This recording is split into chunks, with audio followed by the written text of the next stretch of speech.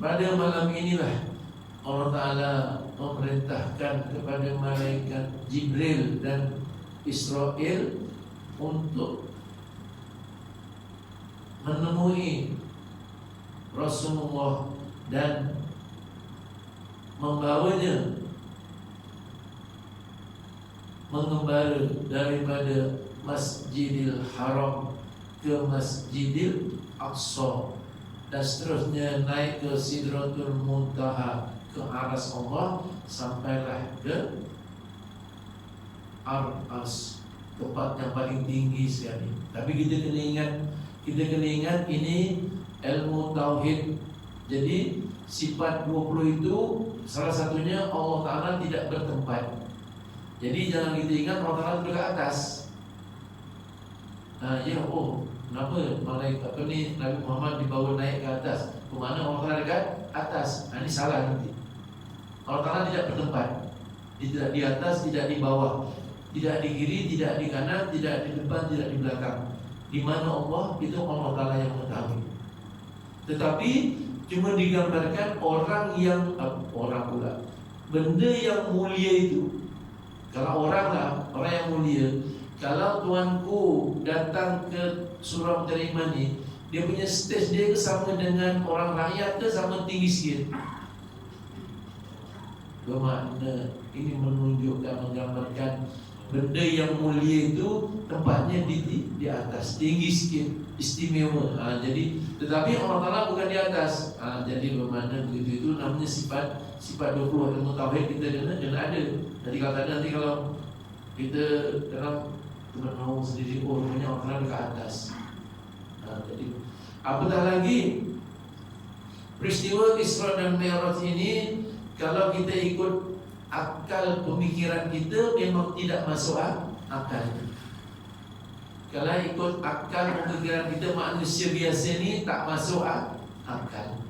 Sebab apa? Sebab kalau ikut akal, perjalanan daripada Masjidil Haram ke Masjidil Aqsa itu, kalau dulu kenderaan yang paling canggih unta, sebulan.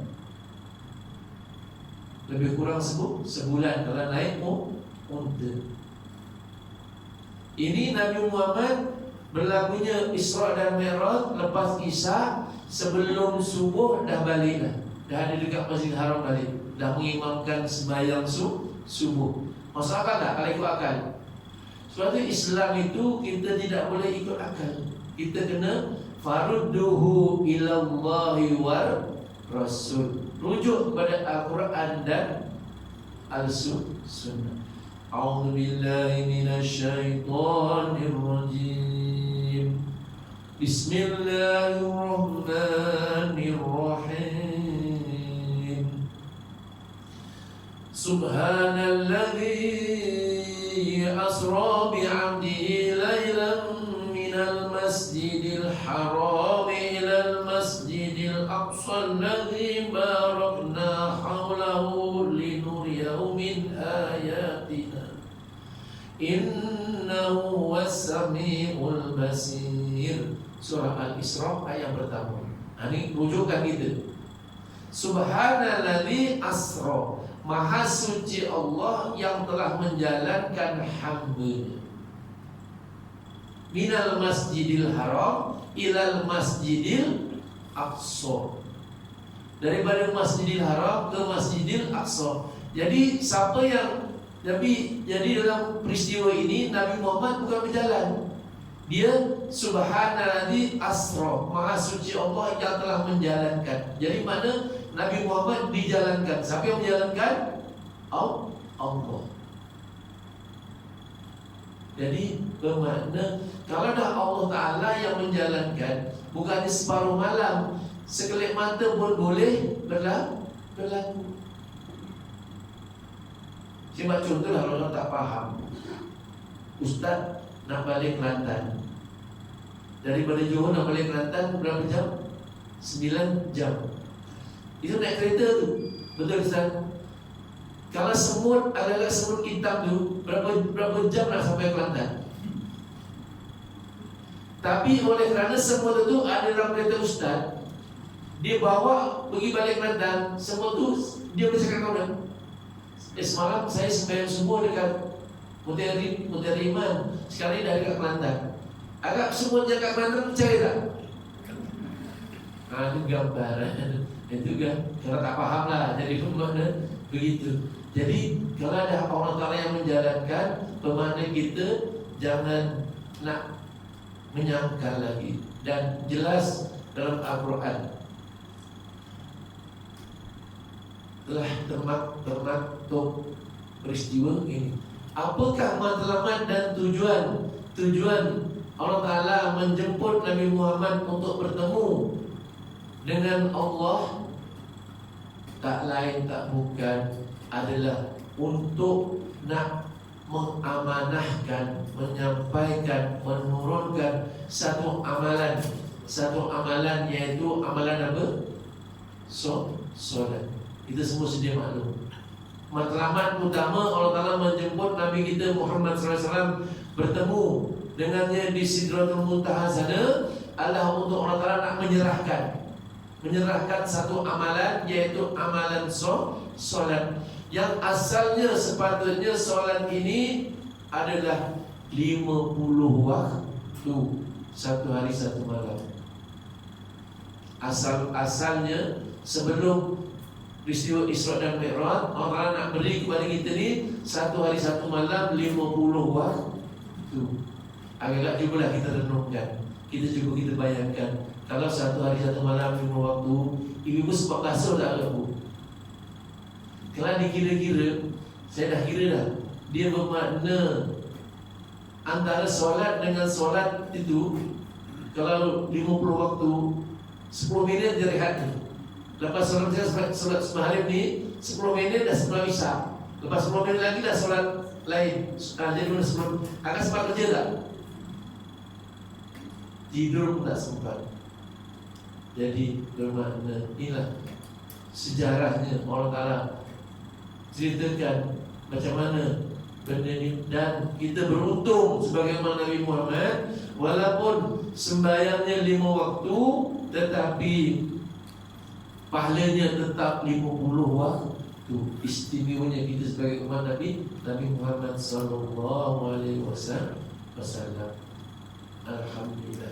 Jadi mudah-mudahan kita semua diberi keberkatan dalam sempena kita dapat pada tahun ini bertemu dengan malam Isra dan Mi'raj. Alhamdulillah.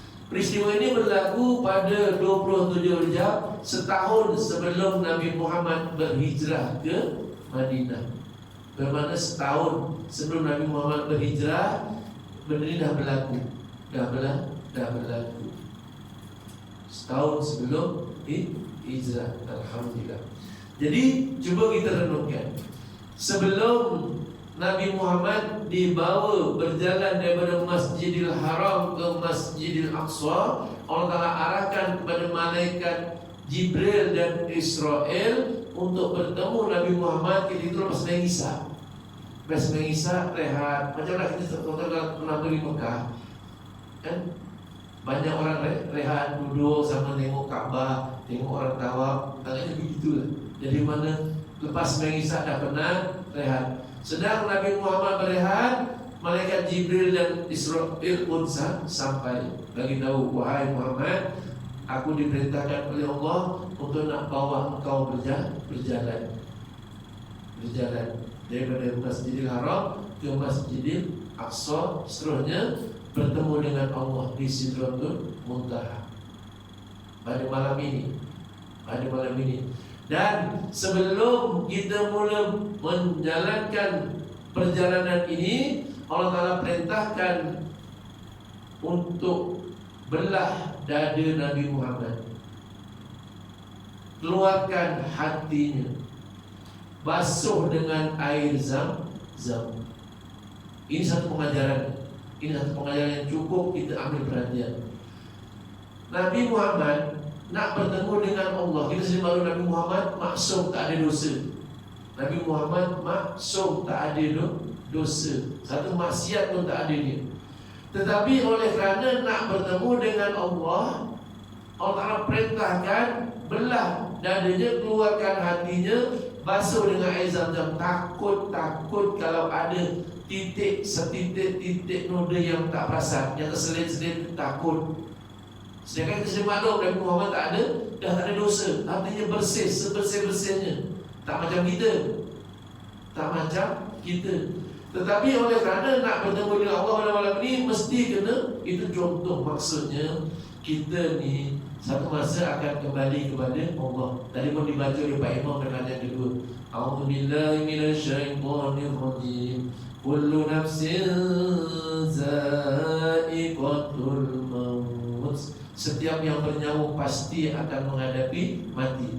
Mati mana kita kembali kepada Allah. Inna lillahi wa inna ilaihi raji'un. Daripada Allah kita datang dan kepada Allah kita akan kembali. Jadi satu masa kita akan kembali kepada Allah, akan bertemu kepada Allah. Jadi cek masing-masing hati kita dah bersih belum? Sebab macam Nabi Muhammad tadi, ada yang tukang operasi, ada doktor pakar dia, sama malaikat Jibril dengan Israel. Kita siapa nak tolong? Ada saudara kita sebulan sebelum mati, malaikat Israel datang belah dadanya, bersihkan hatinya, ada? Apa-apa belum pernah ada. Kita lah sendiri kena cuci, kena bersih sebelum kita mati hati kita. Sebab hati kita ni Allah, dah banyak sangat dah titik-titik hitam, dah banyak sangat nodanya. Sebab kita bersyukur kepada Allah. Qala Rasulullah sallallahu alaihi wasallam, syifa'ul qulub zikrullah. Perawat, pembersih, syifa, penawar hati itu zikrullah, zikir kepada Allah. Dan kita bersyukur kepada Allah. Allah Ta'ala hantar amalan zikir di surau ini, di jemaah kita. Jadi kita amalkan, mudah-mudahan sebelum kita mati hati kita dah bersih.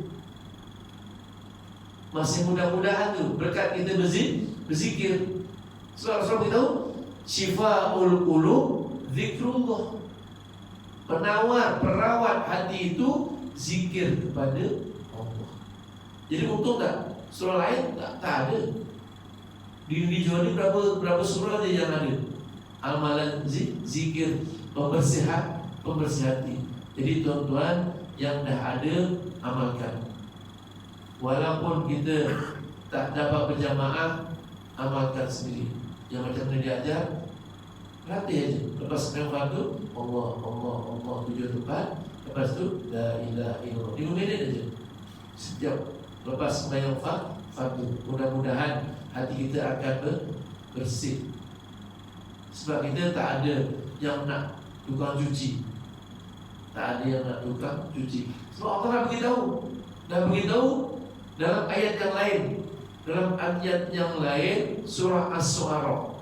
Tuan-tuan boleh rujuk ayat ke-88 dan 89. A'udzu billahi minasyaitonir rajim. Bismillahirrahmanirrahim. Yauma la yanfa'u malun wala banun illa man atallaha biqalbin salim. Yauma la yanfa'u malun wala banun. Hari di mana harta dan anak sudah tak ada nilai lagi, tak ada guna lagi, tak dapat memberi pertolongan lagi. Kalau macam kita kat dunia sekarang, mungkin ada harta tu mana boleh nolong kita. Senang belanja, ada sakit, boleh kita masuk hospital pakar. Tapi besok di hari kiamat, di hari pembalasan, kata Allah, yauma la yanfa'u malun wala banun. Harta dan anak sudah tidak dapat memberi pertolongan. Habis kalau ada harta yang kita kumpul-kumpul sekarang ini, anak yang kita sayang-sayang sekarang ini sudah tidak dapat memberi pertolongan, ataupun isteri yang kita sayang-sayang pun tak boleh tolong, suami yang kita kasihi pun tak boleh tolong, siapa yang boleh tolong? Dijawab oleh Allah dalam ayat yang ke-89, illa man atallaha biqalbin salim. Orang yang kembali kepada Allah dengan membawa hati yang selamat. bersih hati dia. Jadi jelas di sini. Jelas di sini, ayo sama-samalah kita berusaha cari jalan supaya apa? Supaya hati kita ini jangan terus berselaput dengan noda, dengan maksiat, dengan bermacam-macam aneka ragam. Dah lepas tu tak dicuci pula tu. Lepas tu dah macam itu tak dicuci. Kalau dicuci tu mungkin ada, walaupun tak bersih pun ada bekas-bekas juga cuci. Ini kalau langsung tak pernah cuci, daripada balik sampai mati tak pernah dibasuh, hatinya tak pernah diajak zikir, macam mana agak kotornya hatinya tu. Cuba kita bayangkan sendiri. Alhamdulillah. Jadi bermakna begitu. Apabila sudah siap dibasuh, dicuci, dah dijamin oleh malaikat Jibril dan Israel, dah bersih, masukkan balik dan dituangkan iman, dituangkan ilmu, dituangkan hikmah. Nampak? Nabi Muhammad pun nak jumpa dengan Allah, dah dibelah, dah dibasuh hati tadi, masukkan balik. Lepas tu dituangkan iman. Kita sudah maklum Nabi Muhammad imannya dibandingkan dengan umat satu dunia ni pun tak boleh lawan. Tapi nak jumpa dengan Allah masih lagi dituangkan iman, dituangkan kebijaksanaan, dan dituangkan ilmu. Sedangkan kita dapat ilmu ni semua berpadukan kepada ilmu Nabi Muhammad. Dia nak jumpa Allah kena lagi tuang ilmu. Kita yang macam ini tak nak belajar, tak nak duduk macam ilmu, macam mana agak-agak. Ini pengajaran daripada peristiwa Isra dan Mi'raj. Jadi jangan kita lari daripada majlis ilmu. Alhamdulillah. Jadi dah begitu, dah dimasukkan hatinya, dah dibasuh dan bersih, dah dijamin oleh malaikat Jibril, baru dijahit, lepas ditampal dengan khotaman nubuah sebagai cop mohon mana telah diluluskan, diperiksa macam kita puspakom lah, bermakna ini dah okey dah, okey, jadi baru boleh naik jumpa Allah. Alhamdulillah. Jadi apabila dah siap itu, mana Allah turunkan satu nama binatang yang bernama buruk. Binatang yang bernama buruk. Macam mana? Jangan tanya saya. Kalau dulu saya ingat lagi masih kecil-kecil dulu, atuk-atuk kita dekat kampung rumah dia ada digantung gambar tu, kuda kepalanya orang perempuan, betul? Nah, sekarang tak ada dah. Ada itu gambaran itu buruk tu, itu digambarkan. Tapi wallahualam buruk tu macam mana? Tetapi ada dalam kitab sana dikatakan dia lebih kecil daripada kuda dan besar daripada keldai. Buruk. Jadi bermakna begitu. Itu binatang istimewa sebagai tunggangan. Jadi bermulalah berjalan daripada Masjidil Haram ke Masjidil Aqsa. Jalan punya jalan sampai yang destinasi yang pertama, sampai ke Yathrib, yaitu Madinah. Madinah ini nama asalnya Yathrib. Sampai ke Madinah. Jadi yang bersama Madinah berjalan tengah malam, tak pernah pergi. Kalau kita lah tak pernah pergi Kuala Lumpur tengah malam, dulu ada TNB, gelap gulita, agak macam mana? Menyasar lah. Jadi pun tanya, wahai Jibril kat mana ni? Ini Madinah. Okey, turun, rehat dulu, sembahyang 2 rakaat. Jadi ini pengajaran. Jadi kita kalau musafir sampai satu tempat, sembahyang sunat 2 rakaat. Nabi Muhammad pun diperintahkan sampai Madinah sembahyang 2 rakaat, berdoa. Inilah kata malaikat Jibril, satu masa kau akan datang sini. Tak betul, tahun depan dia dah datang. Dia peristiwa berlaku setahun sebelum hijrah. Jadi tahun depan kau akan datang sini. Alhamdulillah. Dah begitu, dah sembahyang doa, dah berdoa, naik binatang balik, terus berjalan yang kedua, yaitu menuju ke Gunung Tursina, di mana Nabi Musa alaihi salatu wassalam menerima wahyu kitab Taurat. Nabi Musa boleh berdialog dengan Allah di Gunung Tursina. Jadi habis sampai itu sama juga ditanya di kat mana mereka Jibril. Ini di Gunung Tursina, di mana Nabi Musa menerima wahyu, mendapat kitab Taurat. Kenapa Nabi Musa tak dibawa ke tempat nabi-nabi lain? Sebab dalam peristiwa ini Nabi Musa memainkan peranan yang sangat penting sebagai penasihat, penasihat kepada Nabi Muhammad. Kalau Nabi Musa tak ada, memang pengsan kita. Kalau Nabi Musa tak jadi penasihat, memang pengsan kita sekarang ni. Sebab apa? Apabila Nabi Muhammad sampai bertemu dengan Allah, didapat amanah amalan solat 50 waktu. Nabi Muhammad dia tak banyak cerita. Dia terus ambil, dia terus turun bawah. Tak macam kita banyak songeng, banyak sangat ni. Betul? Nabi Muhammad tak. Dia terus ambil 50 waktu, turun jumpa Nabi Ibrahim. Nabi Ibrahim dia langit yang ketujuh. Dia turun daripada Sidratul Muntaha, mesti turun dulu jumpa Nabi Ibrahim. Nabi Ibrahim pun tak cakap apa. Turun lagi tingkat 6, langit yang ke-6, baru jumpa Nabi Musa. Dia pun tanya, wahai Muhammad, apa kau dapat selepas kau bertemu dengan Allah? Aku dapat amalan solat fardu 1 hari 1 malam 50 waktu. Masya Allah, kau jangan main-main. Bukan jangan main-main. Umat kau kecil-kecil tak mampu. Umat aku besar-besar pun tak mampu 50 waktu. Umat kau kecil-kecil 50 waktu. Memang betul. Memang betul. Naik lagi, minta kurang. Tawar. Sampailah tawar punya tawar sampai 5 waktu. Last kali pun tanya lagi tu, dah 5 waktu, dah tinggal 5, dah tawar turun naik, minta kurang. Dah tinggal 5 waktu, turun lagi, Nabi Musa tahan lagi. Dah tinggal berapa? 5. Naik tak mampu. Memang betul. Sekarang berapa banyak yang tak mampu solat 5 waktu saja semalam. Tapi sini semua mampu lah. Ini jemaah Mujahid Imani semua mampu. Tempat saya sana Allah banyak tak mampu. Yang betul lah kata Nabi Musa, tak mampu.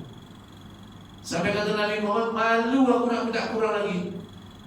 Nabi kita suruh minta kurang lagi, malu. Kalau boleh minta 2 je, 1 ke 2 jadilah. Dah tak ada malu aku. Cuma umatnya tak malu. Umatnya tak malu. 1 hari cuma 2, Maghrib dengan Isyak je.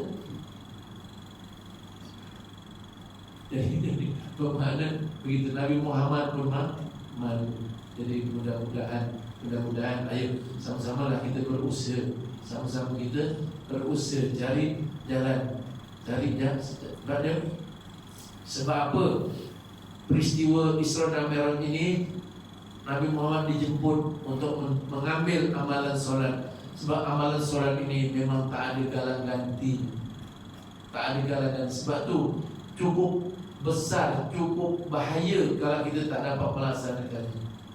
Sebab tu Nabi Muhammad dia panggil sendiri, ambil sendiri.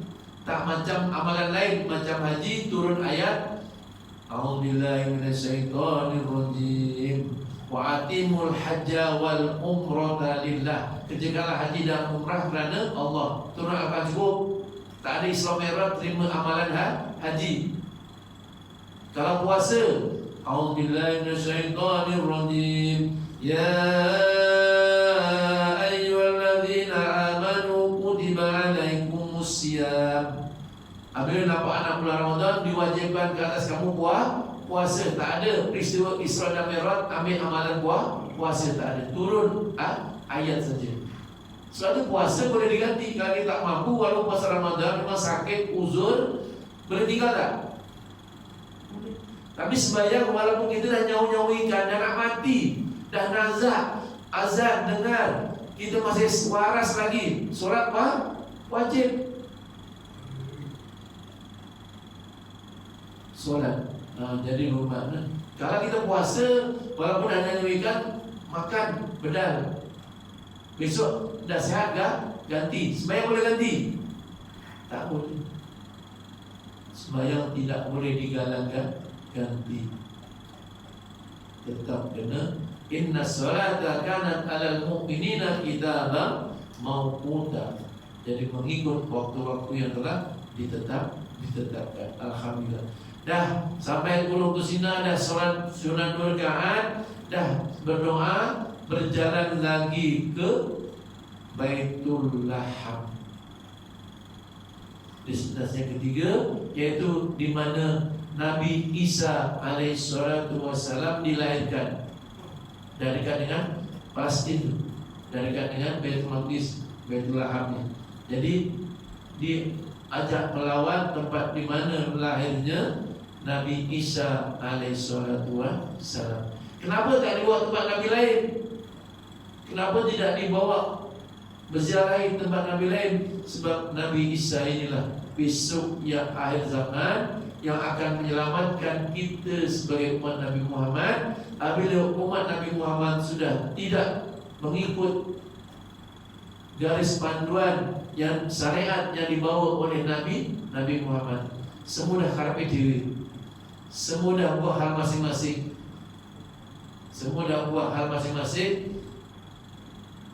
Satu masa besok Nabi Isa akan tertabi. Kita kena ingat, kalau Nabi Isa dah turun, itulah saat-saat hari kiamat sudah sangat hampir. Kita minta jangan turun dulu dah. Kita minta Nabi Isa jangan turun dulu. Tapi nampaknya kita yang minta. Sebab kita sudah tidak ikut Nabi Muhammad. Terutama adalah solat fardu berjamaah. Bermakna semua dah tak nak ikut apa yang ditunjukkan Nabi Muhammad. Nabi Muhammad dah sakit, dah tak boleh jalan. Azan, panggil sahabat, datang rumah, ambil dukung. Kita pening-pening lalat je dah datang surau. Bukan sakit tak boleh jalan, pening lah lalat. Jauh tak? Jauh. Jadi mudah-mudahan kita diberi kekuatan oleh Allah. Alhamdulillah.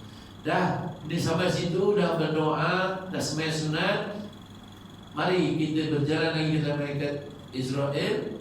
Kita ke Baitul Maqdis, destinasi yang terakhir.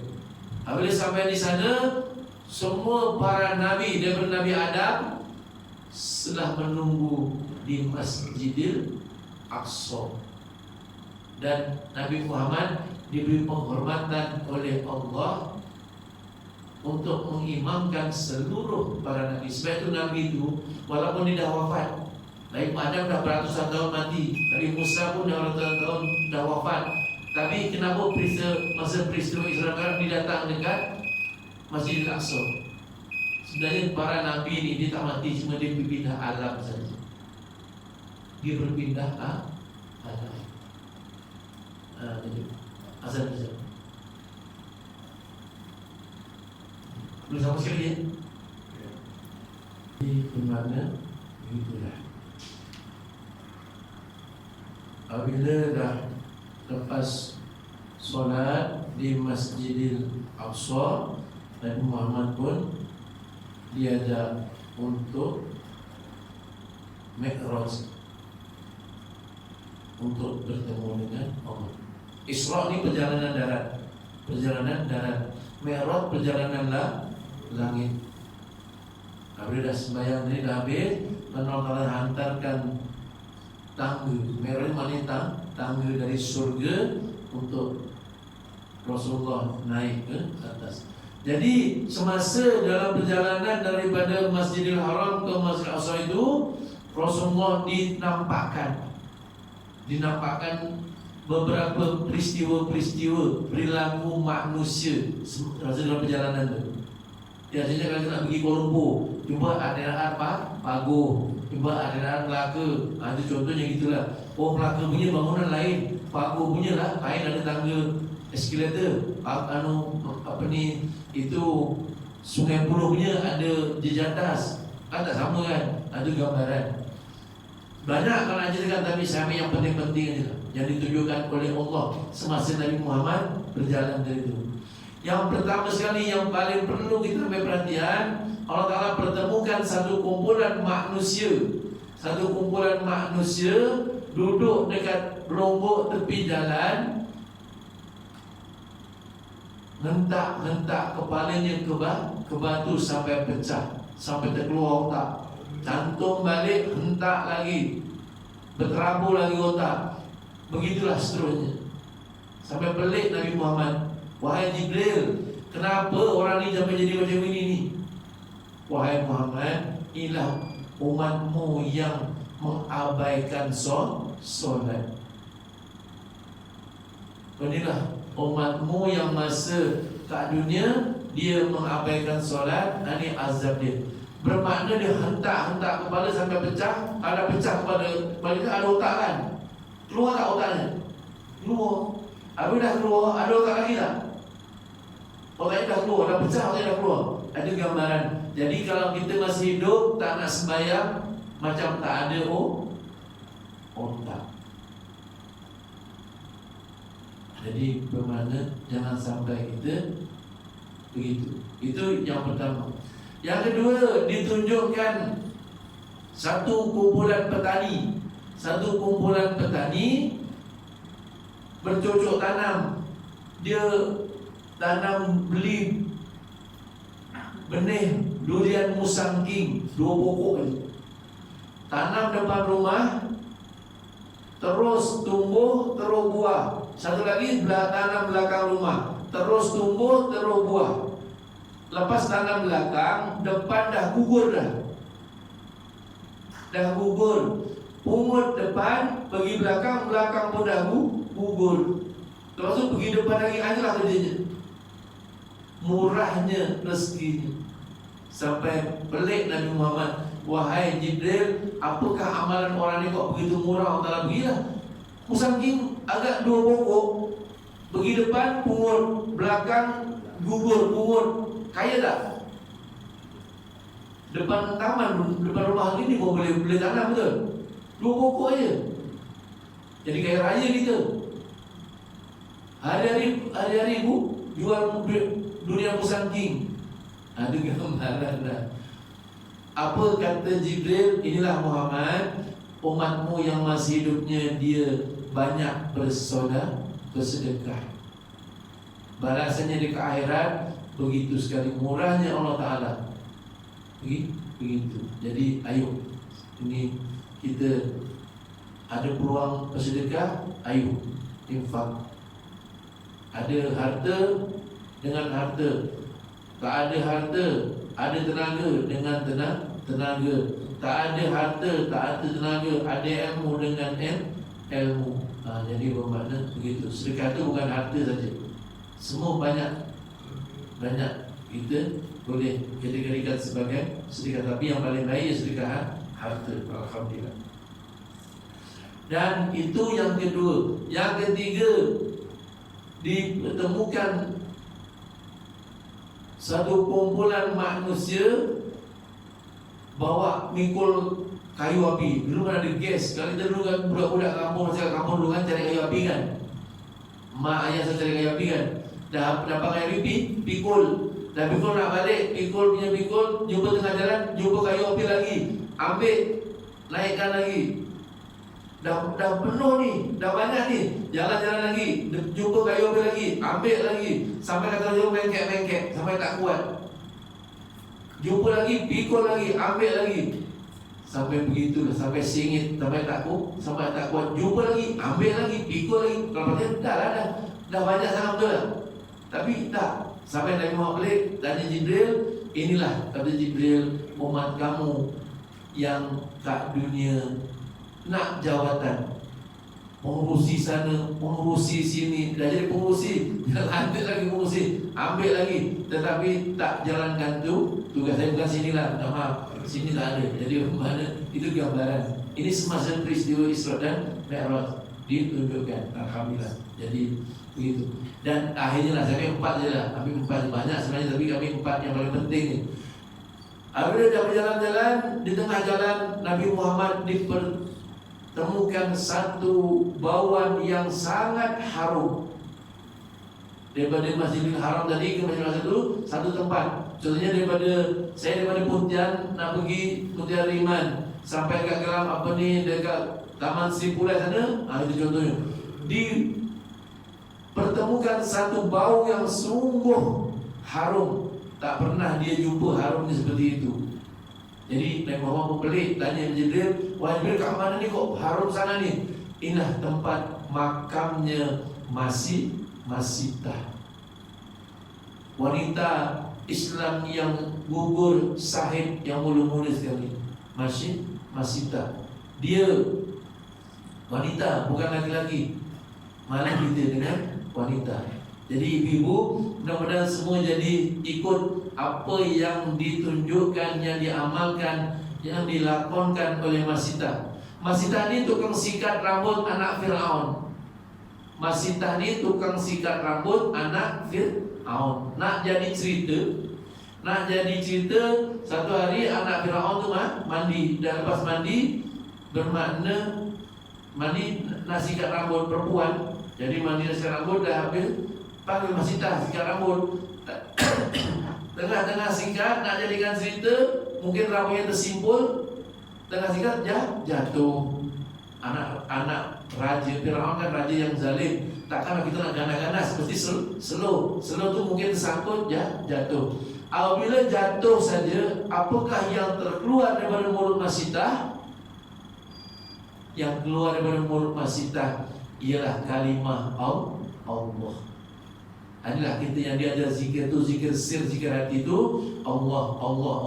Supaya bila berlaku sesuatu yang tidak dijangka, kalimah ini yang akan keluar. Sampai macam Masitah dulu, jatuh Allah. Tak macam kita ibu-ibu tengah masak, tangan kena kuali, apa yang keluar? Mulut kita apa yang keluar? Sial, betul? Ataupun aduh. Jadi jangan latih, kena tuali ke Allah. Jadi umatnya kita dah ada zikir. Tak macam itu kalau ibu-ibu, kalau laki-laki semua naik motor kan. Motor tu kadang dia buat hal juga, kita start dia tenang, dia balik starting dia tu kena kat tulang kering. Apa cakap kita? Kalau Allah okey lah. Kalau Allah tu dah kira zikirnya dah okey lah tu. Tapi kalau keluar kaki empat, mana kena latih lagi lah. Jadi benda, sebab tu dia benda tak dijangka, benda tidak dijangka. Macam mati juga, siapa tahu mati? Tak tahu.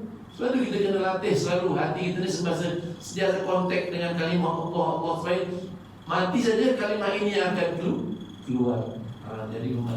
Jadi apabila keluar kalimah Allah, anak Fir'aun ni pun nak jadi cerita, tanya, "Wahai Masitah, siapa itu Allah?" Allah itu kata Masitah, orang beriman, itu Tuhan aku. Kan bapa kita Tuhan, kan Fir'aun aku Tuhan kan. Jadi anak dia pun protes, kan Tuhan bapa kita, macam mana kau boleh bertuhankan Allah pula? Jadi dia pun repot dengan bapa dia. "Wahai ayahda, Masitah kata dia Tuhan dia Allah, bukan bapa, bukan Fir'aun." Jadi panggil Masitah, tanya, "Okey, betul Masitah?" "Betul, Tuhan aku ialah Allah. Jadi sekarang engkau kena ikut arahan aku. Engkau kena tarik balik, jangan Tuhan engkau Allah, engkau bertuhankan kepada aku," kata Fir'aun. Jadi orang beriman, dia tetap tak mau. Tidak apa berlaku pun, apa terjadilah, kata Masitah, aku tetap dengan kalimah Allah. Allah itu Tuhan aku. Okey?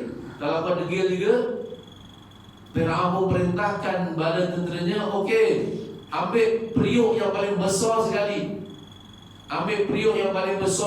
Buat api, rebus air. Bila dah periuk paling besar sekali, orang pun boleh masuk.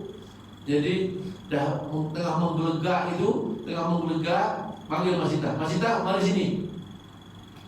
Okey, kau tengok itu apa? Itu periuk, ada air sedang menggelegak. engkau kalau tidak mau meninggalkan Allah, tidak mau beriman kepada aku, suami kau, menurut suami dia, suami kau akan aku humbankan dalam periuk tu. Yalah, isteri mana tak sayang suami? Kalau suami itu dah gaun, dah kencing manis, dah buah pinggang, lantak kau lah, nak mampu-mampu dah dia. Tapi dia lakinya masih handsome, sayang tak ibu? Sayang. Tapi mak masih tak, tidak. Dia tetap sayang, kasih kepada Allah. Tidak kau nak buat lah, buat. Dicampakkan suaminya, mati suaminya, keluarkan. Dah. Yalah, air mengeluar orang begitu panas. Masuk tu tak banyak soal, terus dah mati je. Okey, sekarang suami kau mati. Dan ketika itu Masitah sedang mendukung anaknya yang berusia 8 bulan. Dalam riwayat sana mengatakan Masitah sedang mendukung, dia ada anak, ada baby umur 8 bulan. Ada umur 8, kurang 8 bulan tu lah. Biasanya 8 bulan boleh bercakap tak ibu? Kalau baby 8 bulan boleh cakap tak? Cakap pun susu pun nenek, betul. Jadi bermakna boleh tak cakap macam dia tak faham. Tak petah. Jadi okey, sekarang macam mana engkau? Sekarang macam mana? Tak nak ubah juga? Atau masih tak tetap aku dengan Allah? Kalau begitu, ambil anak yang dalam dukungan engkau, bawa sini. Giliran anak engkau pula. Yalah, naluri ibu. Macam mana kalau dengan anak agak-agak? Patutnya biar kita mati, tak pun jangan anak kita mati, betul. Nampak zalimnya Fir'aun. Jadi mana begitu? Ambil anak kau. Jadi ialah mungkin ketika itu Iblis pun meracuni hati Masitah. Masitah pun tak sayang ke anak kau, tak ada dosa tu, kecil lagi tu, tinggalkan aja lah. Iblis pun meracuni pemikiran Masitah. Tetapi apabila Iblis nak menggoda supaya Masitah meninggalkan Allah, supaya beriman kepada Fir'aun, dengan takdir Allah, anak yang berusia 8 bulan itu yang diambil oleh Fir'aun boleh berkata-kata dengan fitah. Apakah kata-kata baby itu? Wahai ibu, kita berada di jalan yang benar. Ibu berada di jalan benar. Teruskan ibu. Jangan ikut iblis. Jadi bermakna Masitah mendapat kekuatan balik. Tadi mula dah goyang juga. Ya macam kita lah. Betul, macam kita. Anak kau kecil lagi, macam mana kau macam ni? Nak kena azab macam ni. Jadi buat begitu, alhamdulillah. Pendekkan cerita pun mati anaknya. Dan akhirnya dengan Masitah sendiri pun mati. Kerana syahid dalam benar-benar dia berpegang kepada Allah, walaupun diuji begitu. Malu tak kita dengan Masitah? Masitah perempuan atau bapak? Kita dah rajin sebagai jamaah. Besok pagi grimis, bukan hujan lebat, grimis. Abang salam semua tak datang, kan grimis.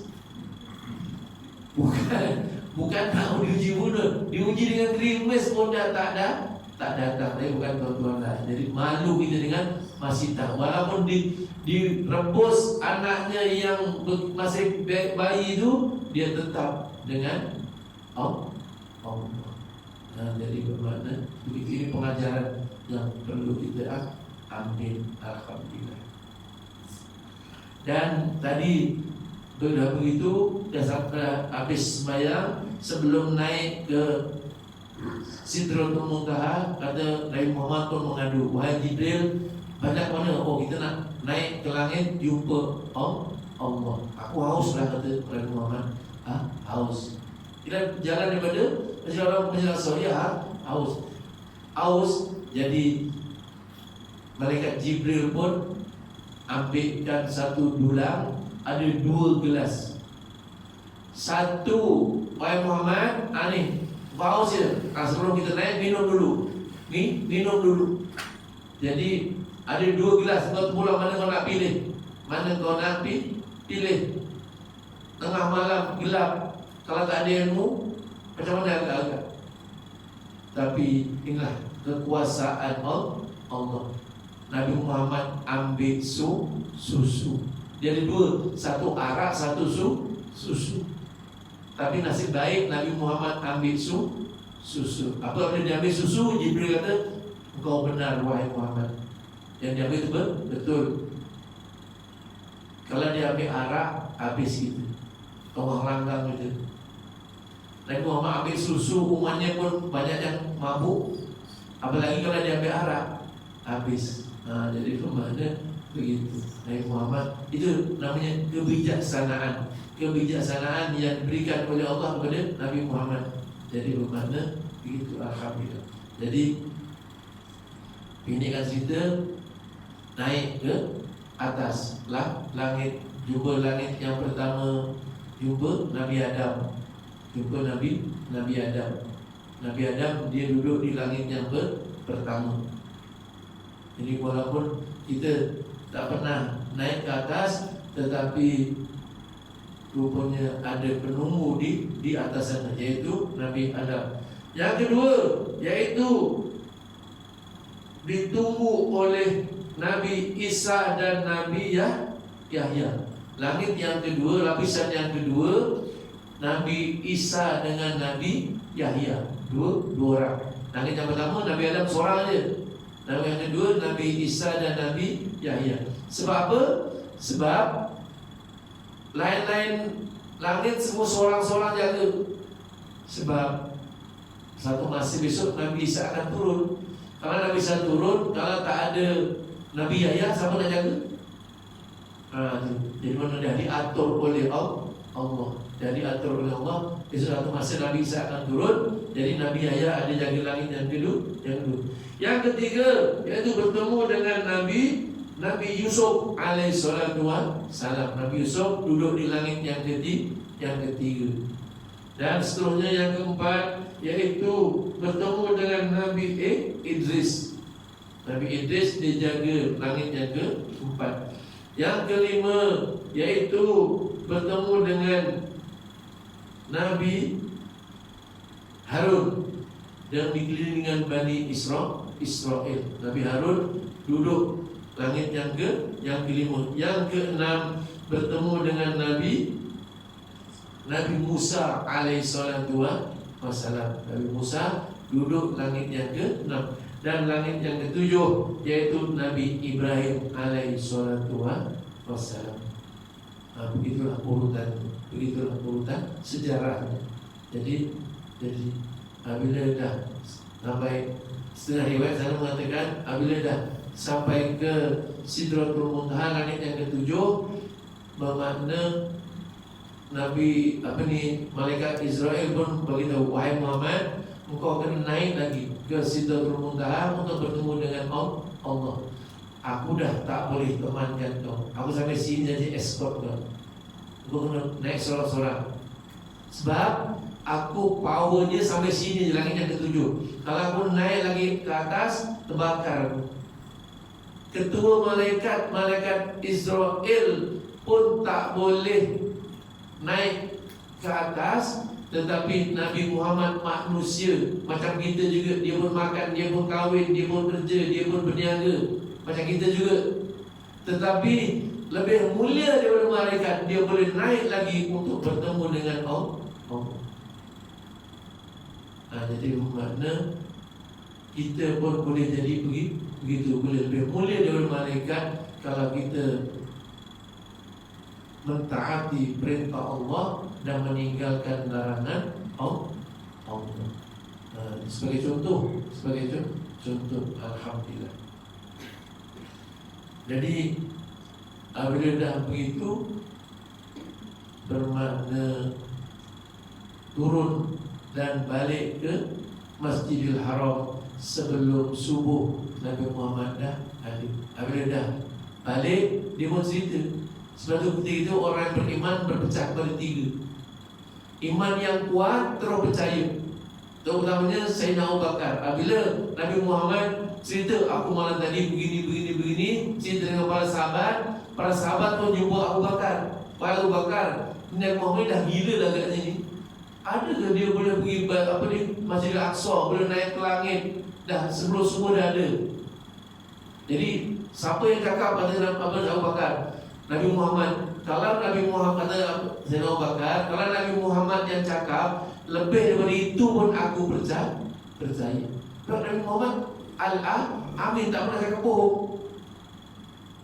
Tak pernah cakap bohong. Lalu dibenarkan oleh Sayyidina Abu Bakar. Apabila sahabat tanya dia, kalau dia kata yang cakap itu Nabi Muhammad, lebih daripada itu pun aku percaya. Kalau kita alah sasau lah tu. Kalau kita, kalau tanya kita lah dari mana, kalau begitu alhamdulillah.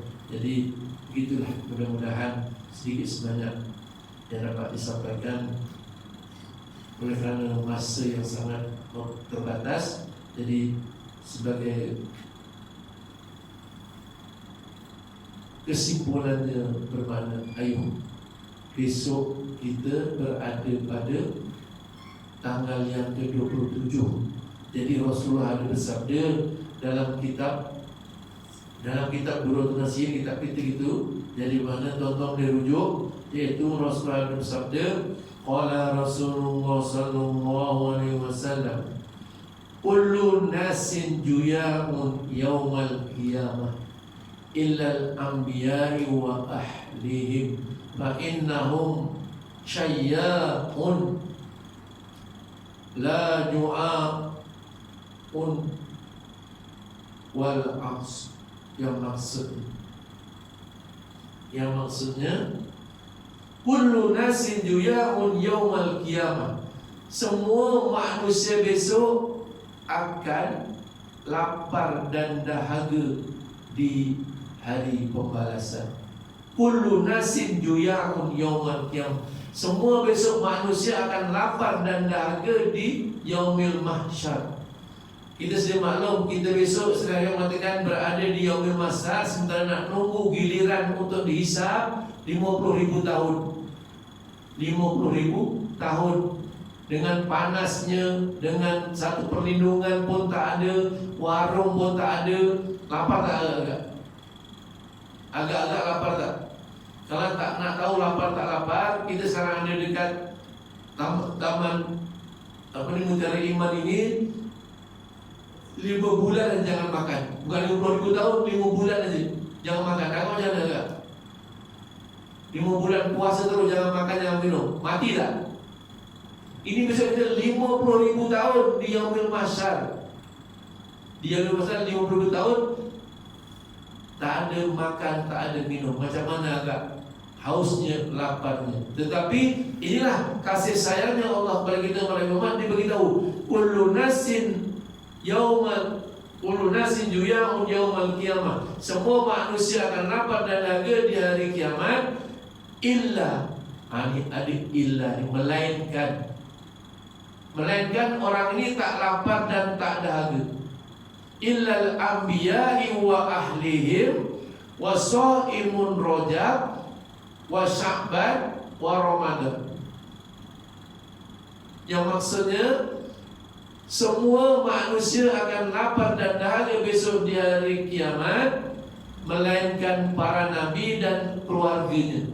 Kita tak masuk ni. Kita tak masuk. Kita bukan cucu cicit Nabi Muhammad. Betul? Kita tak masuk. Illal anbiya'i wa ahlihim, kita umatnya. Kita bukan keluarga dia.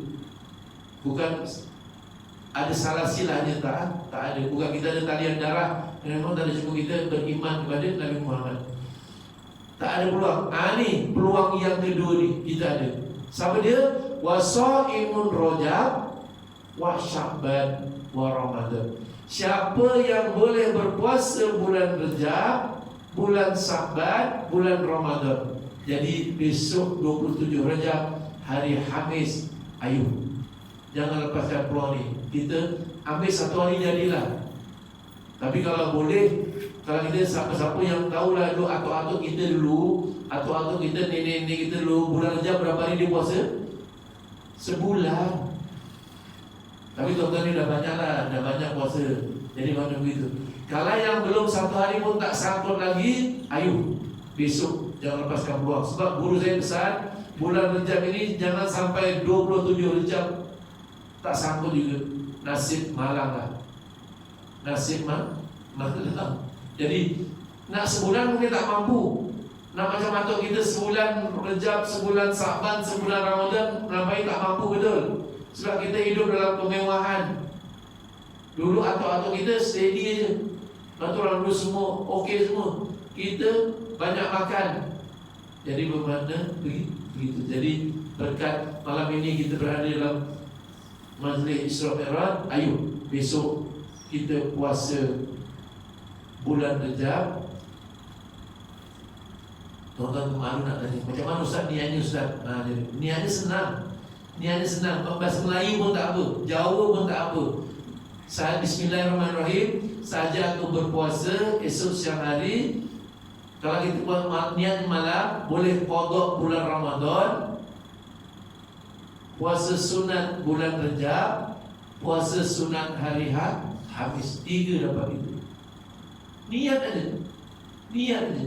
Jadi macam ibu-ibu yang ada hutang, boleh hutang pun boleh lepas tu. Hutang pun boleh terbayar. Jadi bermakna itu. Niat senang. Yang susah puasanya yang susah. Niat senang. Jadi dalam hati je, oh besok aku nak puasa bulan Rejab. Apatah lagi besok 27 Rejab. Pemuncaknya bulan Rejab ini ada 27 Rejab. Kalau bulan Sa'ban nisfu Sa'ban. Kalau bulan Ramadan dia punya kemuncak dia Lailatul Qadar. Jadi bersyukur kepada Allah kerana apa? Kerana kita besok bertemu pada tanggal yang ke-27 bulan Rejab, bulan yang dimuliakan oleh Allah. Jadi begitu sikit banyak saya sampaikan. Salah dan silap mohon dimaafkan. Allahu a'lam. A'udzubillahi minasyaitonir rajim.